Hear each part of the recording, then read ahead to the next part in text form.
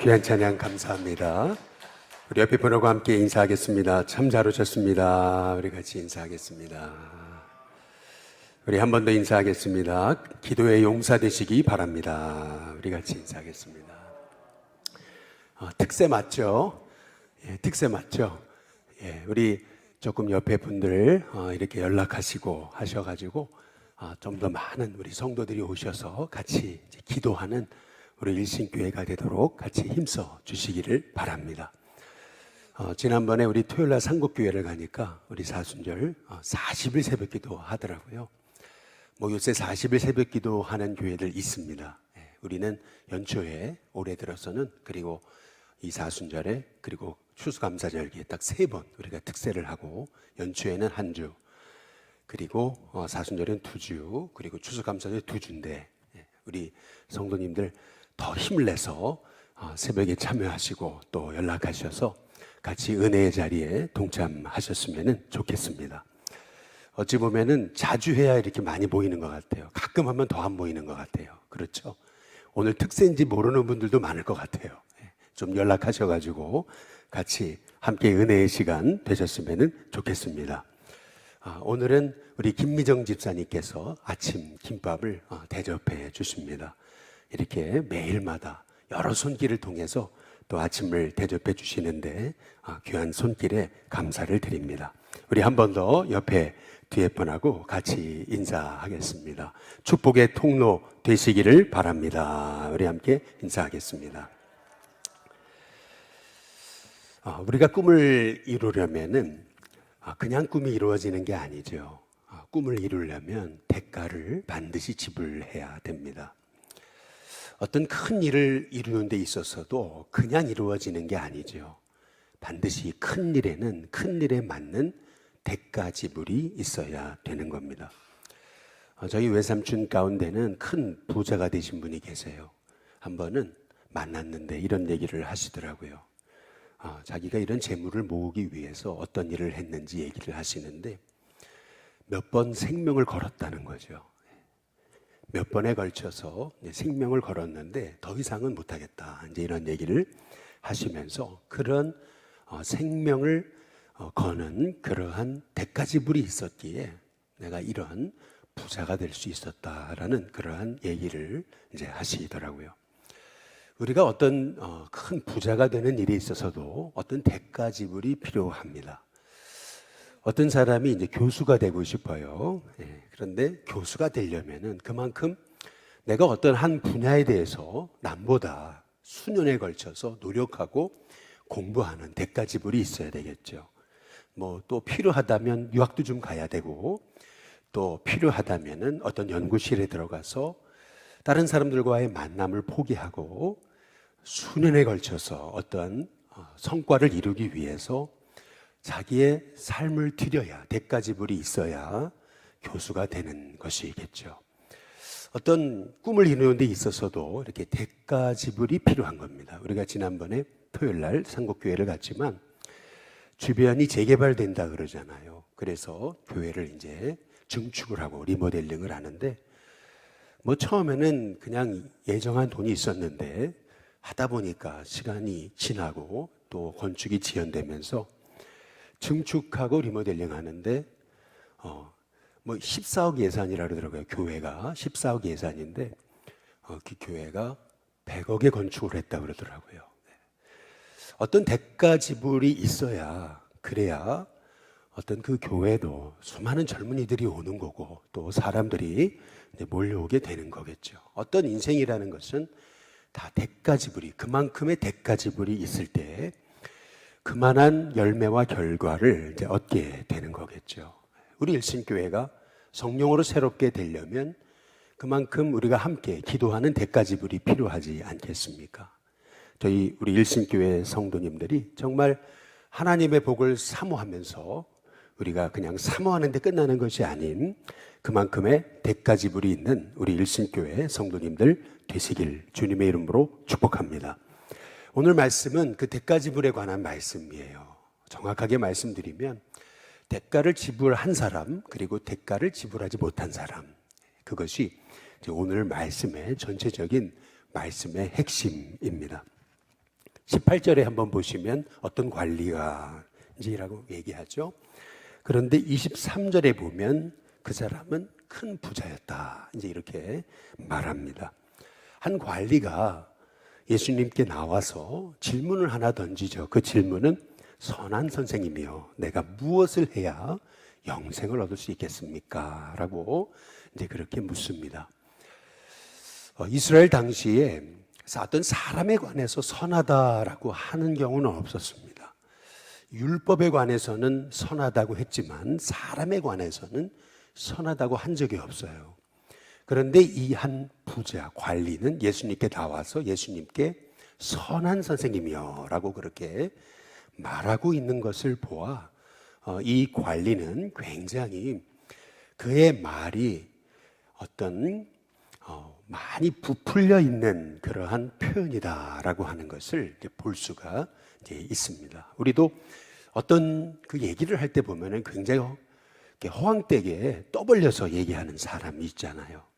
마찬가지로 이 한 관리, 이 큰 부자도 예수님을 향해서 그냥 선생님, 랍비여, 주님이라고 해도 될 것을 선한 선생님이여, 선하다라고 하는 당시에 사람에게는 붙이지 않았던 표현, 오로지 율법에만 붙였던 그 표현을 지금 예수님께 붙이고 있는 것을 이제 볼 수가 있는 거죠.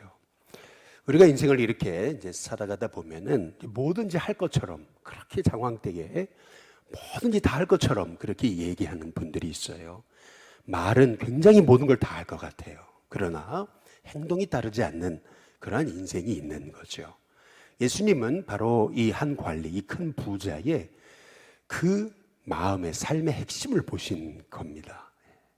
그래서 예수님이 19절에 뭐라 그러시냐면은 내가 어찌해서 나를 선하다고 일컫느냐. 예수님은 이 사람의 중심을 보신 거죠. 그러면서 그의 관심을 하나님께 돌리십니다. 하나님 한 분 외에는 선한 분은 없다. 예수님이 말씀하고 계시죠. 그의 그 말에 있었던 그 장황됨, 그것을 예수님이 지적하고 계시는 거죠. 그래서 20절에 예수님 말씀하십니다. 내가 계명을 안 하니 간음하지 말라, 살인하지 말라, 도둑질하지 말라, 거짓 증언하지 말라, 내 부모를 공경하라. 이제 예수님이 말씀하시죠. 그랬더니 이제 이 사람은 말합니다. 여쭤오되 이것은 내가 어렸을 때 다 지켰습니다 라고 말하죠.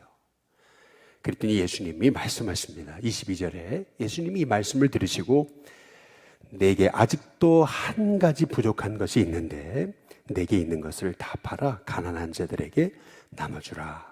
그리하면 하늘에서 내게 보화가 있으리라.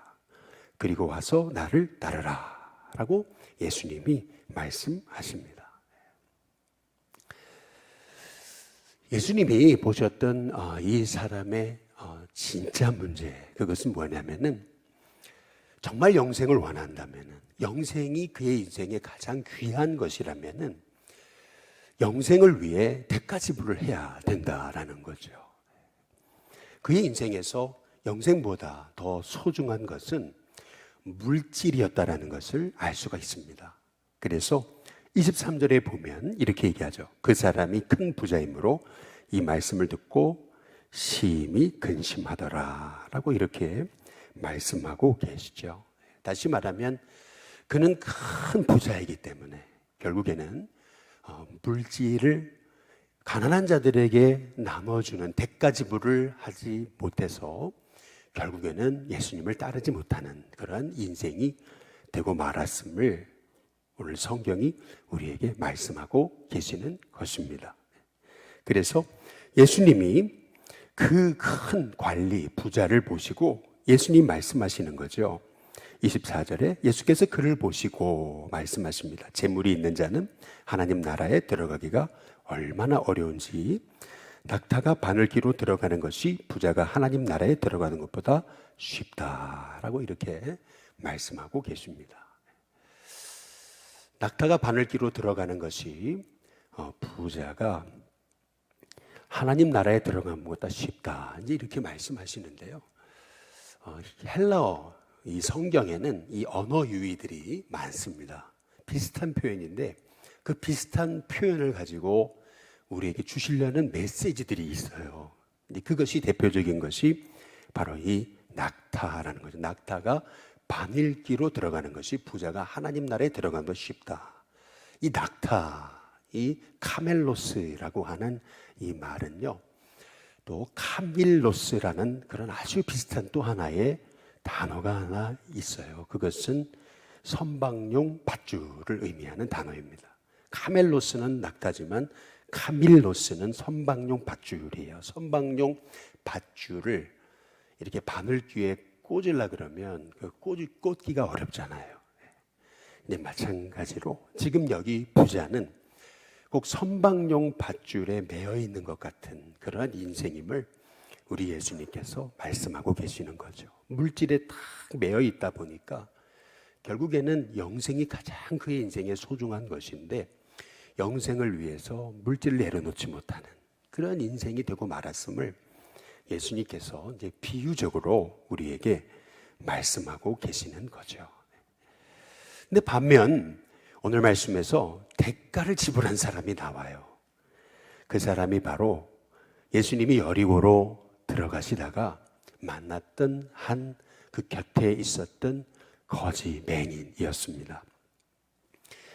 예수님은 제자들과 함께 이제 예수님이 예루살렘을 향한 순례길을 가고 계셨던 거거든요. 보통 순례길에는 많은 사람이 함께 동참을 했습니다. 지금도 순례길이라 그러면 많은 무리가 따라가잖아요. 예수님이 혼자 가셨던 게 이제 아닌 것을 볼 수가 있죠. 36절에 보시면 무리가 지나감을 듣고 이렇게 얘기하죠. 많은 무리가 예수님과 함께 순례길을 향해 가고 있었습니다. 예루살렘을 향한 그 순례 무리 중에 예수님이 함께 동행하시면서 아마 걸으시면서 말씀을 전하고 계셨을 겁니다. 당시에 랍비들은 걸으면서 사람들과 함께 말씀을 이제 가르쳤던 것을 볼 수가 있어요. 근데 그때 이 여리고로 들어가던 길가에 앉아있던 한 이 맹인, 한 이 구걸하던 사람, 도대체 무슨 일이냐, 누구냐라고 하는 얘기를 이제 듣는 거죠. 그때에 37절에 보니까 그들이 나사렛 예수께서 지나가신다라고 하는 그런 얘기를 해요. 그랬더니 38절에 이렇게 얘기합니다. 맹인이 외쳐 이르되라고 말합니다. 맹인이 외쳐 말하죠. 다윗의 자손 예수여 나를 불쌍히 여기소서. 이렇게 이제 말합니다. 이 맹인은요, 예수님을 찾기 시작한 거예요. 나를 불쌍히 여겨달라고. 그런데 여기 39절에 보니까 앞서가는 자들이 그랬어요. 먼저 가던 자들이 그를 꾸짖었다. 꾸짖으면서 뭐라 그러냐면 잠잠하라 라고 그렇게 말합니다. 여기서 우리가 주목해 볼 그런 단어는 꾸짖어라고 하는 이제 말이거든요. 꾸짖었다. 어떻게 꾸짖었겠습니까? 좀 조용히 좀 해라. 이제 이렇게 했겠습니까? 그렇지 않죠. 어떻게 했겠습니까? 아니 이 거름뱅이 주제에 말이죠.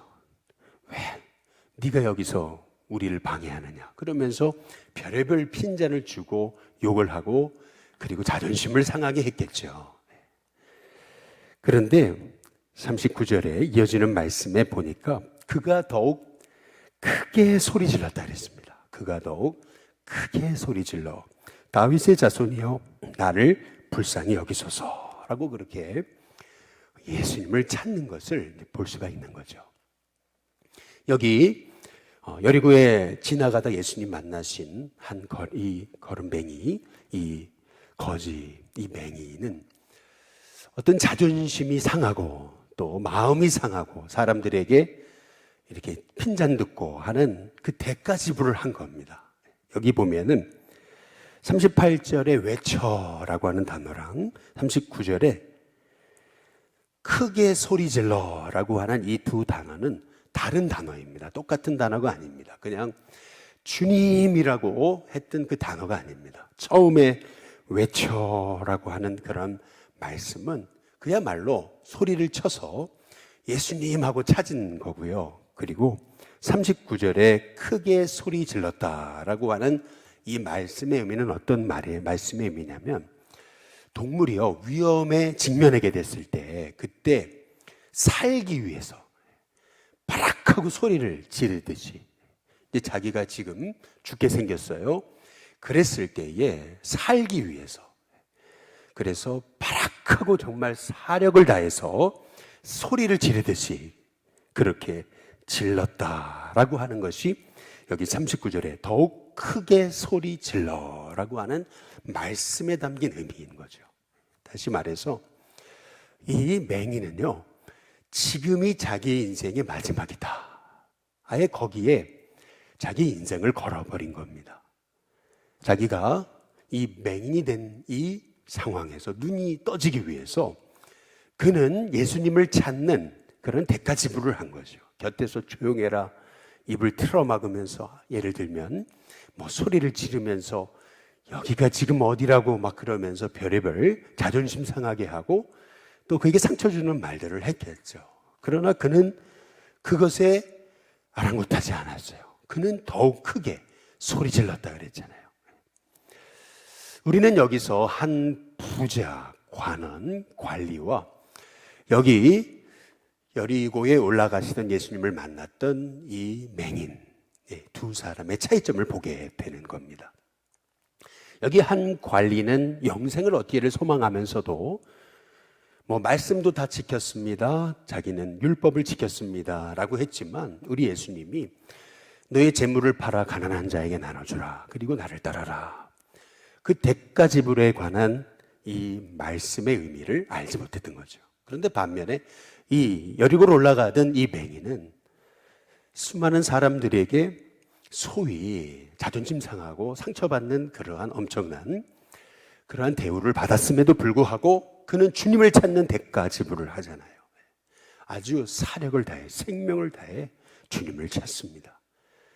지금이 마지막이라고 생각하고, 그리고 더욱 크게 소리를 지르잖아요. 우리는 우리 인생에도 이런 두 종류의 인생을 보게 되는 거죠.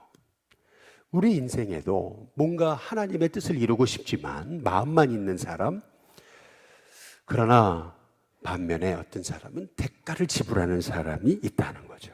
여러분은 어느 쪽의 사람이십니까? 오늘 여기 40절에 보시면은 예수님이 머물러 서셨습니다. 드디어. 그래서 명령하십니다. 저 사람을 데리고 와라. 그래서 그가 가까이 오게 됐죠. 근데 그때 예수님이 내 눈이 떠질지어다 라고 얘기하지 않으십니다. 오늘 41절에 보면은 예수님이 이렇게 말씀하시죠. 내게 무엇을 하여 주기를 원하느냐. 예수님은 물어보십니다. 몰라서 물어보신 게 아니죠. 그가 정말 눈이 뜨기 원하였는지를 우리 주님은 그의 인생의 진짜 소원을 물어보신 겁니다. 그때 그가 얘기하죠. 주여, 보기를 원합니다. 그때 예수님이 말씀하시죠. 내 믿음이 너를 구원하였다. 결국 그의 눈은 떠지고 그는 그의 삶을 통해서 하나님께 영광을 돌리는 인생으로 그는 축복의 통로가 되었음을 볼 수가 있죠. 43절에 보면 곧 보게 되어 하나님께 영광을 돌리며 라고 말하고 있죠. 오늘 말씀에서 우리가 주목해 봐야 되는 게 있습니다. 그것은 뭐냐면 단순히 성경은 그의 눈이 떠졌다, 그가 나음을 얻었다, 고침을 받았다 라고 말하지 않습니다. 그가 눈이 떠졌을 때 성경은 이렇게 얘기하고 있는 거죠. 그가 곧 보게 되어 하나님께 영광을 돌렸다 라고 그렇게 말하고 있죠. 우리의 인생이 이러한 꿈에 대한 또 하나님 나라의 이 복음을 위한 대가 지불이 있을 때 우리의 삶은 하나님께 영광을 돌리는 인생이 된다라는 사실을 오늘 성경이 우리에게 말씀하고 계시는 겁니다. 리빙스턴이 사람들에게 이런 질문을 받았습니다. 그는 아프리카의 성자라고 불려진 인물이었죠. 아프리카를 위해 선교하다가 아내도 죽고 그리고 그의 몸은 완전 만신창이가 됐습니다. 그때 사람들이 물었죠. 당신이 얼마나 헌신했습니까? 이제 그랬을 때 리빙스턴은 얘기했습니다. 무슨요? 제가 무슨 헌신을 했습니까? 주님이 나에게 하신 것에 비하면 아무것도 아니죠. 나는 하나님께 기쁨으로 했을 뿐입니다 라는 그런 고백을 올려드렸습니다. 이러한 아프리카 그 척박한 땅을 위한 인생의 대가지불이 있었기에 그 땅에 복음이 심겨지게 된 거죠. 근데 대가를 지불하는 사람은 그거를 대가지불이라고 생각하지 않습니다. 그것이 하나님이 주신 나의 사명이기 때문에 기쁨으로 그 일을 감당하는 거죠. 기쁨으로 했을 뿐입니다. 은혜로 했을 뿐입니다. 그러나 그것이 다른 사람에겐 대가지불로 보여지는 거죠. 마찬가지입니다. 우리 예수님이 십자가에 의해서 죽으신 거, 그것은 엄청난 대가지불이셨습니다. 사람들은 그것이 십자가라는 대가지불이라고 여기지만 우리 주님은 아니셨습니다. 바로 우리를 위한 사랑 때문에 예수님은 십자가라는 대가를 지불하셨던 거죠. 예수님 얼마나 힘드셨습니까? 라고 우리가 지금이라도 천국 가서 주님께 여쭤본다면 우리 주님은 그러실 거예요. 그건 대가지불이 아니었다. 널 향한 사랑이었다. 우리 예수님이 말씀하시겠죠. 정말 우리가 주님을 사랑한다면 주님을 향한 대가지불은 대가지불이 아닙니다. 그것은 나에게 주신 특권이고 은혜고 축복입니다. 주님을 향한 대가지불이 있을 때 결국에는 이 땅에 복음의 꽃이 피어지게 되는 거죠. 예수님의 십자가라는 대가지불이 있었기에 바로 우리가 영생이라는 복을 얻게 되고 죄를 용서함 받고 우리가 부활이라는 축복을 얻게 된 거죠. 마찬가지입니다. 우리 주님은 지금 우리에게 물으십니다. 내가 치루었던 그 십자가라는 대가를 너희도 치룰 수 있겠냐? 우리 주님이 물어보십니다. 베드로는 참 억울했죠. 다 버렸잖아요. 주님 집도 버리고 가족도 버리고 배도 버리고 주님 따랐는데 주님, 우리는 어떤 복이 있습니까? 이제 베드로가 억울해서 물어보는 거죠. 한 관리가 주님 따른다 그러면서도 그 돈 때문에 따르지 못하니까 아마 베드로가 본전 생각이 좀 났던 것 같아요. 오늘 여기 28절에 보니까 베드로가 얘기하죠. 우리가 우리의 것을 다 버리고 주님을 따랐지 않습니까? 본전 생각이 나잖아요. 항상. 나는 이렇게 헌신하고 새벽기도 나와 있는데 괜히 새벽기도 나와 있는 우리만 혼나고 안 나와 있는 분들은 자고 있고 여러분 그런 생각 들지 않습니까? 뭔가 이게 억울하다는 생각이 들지 않아요? 이 베드로도 그랬던 것 같아요. 그런데 29절 30절 우리 같이 한번 읽어보겠습니다. 함께 읽겠습니다. 같이 읽습니다. 시작. 이르시되 내가 진실로 너희에게 이르노니 하나님의 나라를 위하여 집이나 아내나 형제나 부모나 자녀를 버린 자는 현세에 여러 배를 받고 내세에 영생을 받지 못할 자가 없느니라 하시니라. 우리는 주님을 따르는 것이 대가지불로 여겼지만 주님은 아니라는 거죠. 너희들이 받을 복이 얼마나 큰지 아냐. 현세에 여러 배를 받고 내세에 영생을 받지 못할 자가 없다. 우리 주님이 말씀하시잖아요. 저와 여러분의 인생 주님을 따른다는 것이 복입니다. 새벽에 나와서 이렇게 기도한다는 것이 복이고요. 이 어두운 시대에 복음을 위해 산다는 것은 복입니다. 여러분이 믿음으로 산다라는 거, 그것은 어찌 보면 대가지불이 아닙니다. 이것은 여러분을 향한 복의 길입니다. 오늘도 이 새벽을 깨워 기도하는 저와 여러분의 대가지불이 있기에 일신교회가 이렇게 든든히 쓰게 되는 거고 서왔게 되게 된 거죠. 따라서 누군가는 대가를 지불해야 되는 겁니다. 누군가는 주님의 전을 위해 눈물 뿌려 기도하는 거고 섬겨야 되는 거고 누군가는 주님을 위해서 사는 헌신이 있어야 되는 거죠. 그러나 그것은 대가지불이 아닌 진짜 축복의 길이었습니다. 주님이 십자가를 지신 것은 대가지불이 아닌 진짜 복의 길이셨던 거죠. 바라기는 저와 여러분의 인생이 이렇게 주님이 물어보십니다. 정말 주님의 나라를 위해 네가 나를 위해 지불할 대가는 뭐냐? 나의 대가 지불은 뭘지. 오늘 하루 우리가 새벽 기도를 이제 마치고 하루를 살아가면서 내가 주님을 위해 지불해야 될 대가는 뭔지 한번 생각해 보시면서 그것이 기도일지 섬김일지 나눔일지 전도일지, 그것이 사랑일지, 한번 여러분 자신에게 주님이 원하시는 그 대가지불이 뭘까? 한번 여러분 스스로 묵상하면서, 하나님, 이 어려운 시대, 어두운 시대를 살고 있지만 바로 주님 한 분의 십자가의 죽으심으로 우리가 구원을 얻은 것처럼 우리도 이제 주님이 원하시는 그 대가지불의 삶을 살아가는 하나님의 종이 되게 해달라고 기도할 수 있는 저와 여러분이 다 되시기를 주님의 이름으로 축복합니다. 오늘 이 시간 우리 원하고 바라고 기도합니다. 우리 한번 부르시고요, 이 시간 간절하게 합심해서 통성으로 기도하겠습니다.